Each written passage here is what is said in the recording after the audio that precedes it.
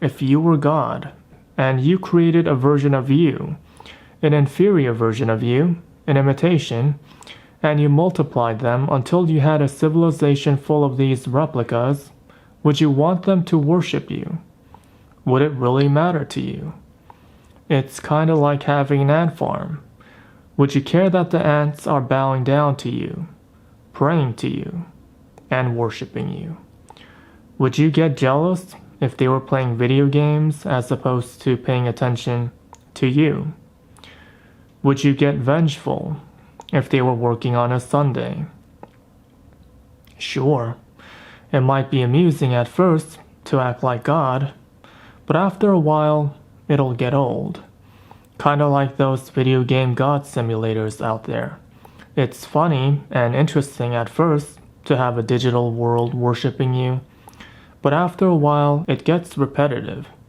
Suffice to say, nobody's addicted to God simulators, and there isn't the greatest demand for them, because it's not the same. We know that these are just AI who've been programmed to worship you, much like we've been programmed to worship God. At the end of the day, we all seek respect from our peers. It means much more for someone you respect to in turn respect you. If you were God, would you respect something you know is not your equal? Something that is clearly handicapped by mortality and the laws of physics. Something that is so limited in its intellectual comprehension of the ultimate reality that it cannot possibly rationalize the cruelties and tragedies of the world as part of the grand plan. You might say, sure, I'd love to play God for a day like Bruce Almighty. It would be oodles of fun.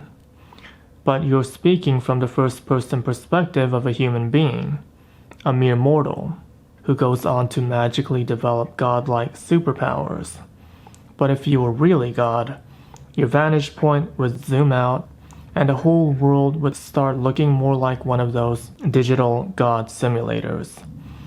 It would shrink into a simple, two-dimensional Tiger handheld, because your godlike mind is that much more vast and superior and complex.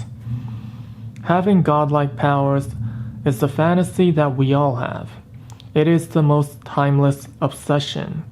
This is why writers can't stop writing about it, like Spider-Man and The Matrix and Star Wars and Lord of the Rings and Harry Potter. What do all of these stories have in common? The humble protagonist, who we can all relate to, goes on to become a superhero who earns the respect and admiration of their peers. Kind of reminds you of another protagonist in the Bible.